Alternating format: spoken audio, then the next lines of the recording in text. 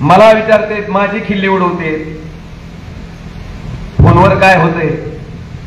मला त्यांना सांगायचंय साहेब, फोनवर काय होतंय. शेतकऱ्याचं कर्ज वाटप, मी खासदार झालो, शेतकऱ्याचं कर्ज वाटपाचं टार्गेट दिलेलं असते बँकेला. 2019ला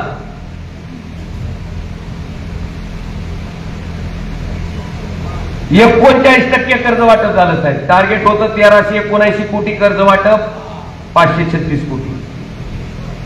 आणि त्या ठिकाणी सूत्र हातात घेतल्याच्या नंतर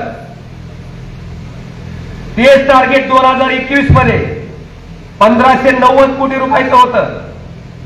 914 कोटी रुपये वाटप केले, 57% गेलं. 2022 मध्ये 1539 कोटी टार्गेट होतं, 904 कोटी रुपये वाटप केले, 59% गेलं. 2023 मध्ये 1368 कोटी टार्गेट होतं, 1069 कोटी शेतकऱ्याला वाटप केले, 78% गेलं. साहेब ही फोनवर केले मी. आज शेतकऱ्याला 536 कोटी मिळत होते, आज 1069 कोटी मिळाले.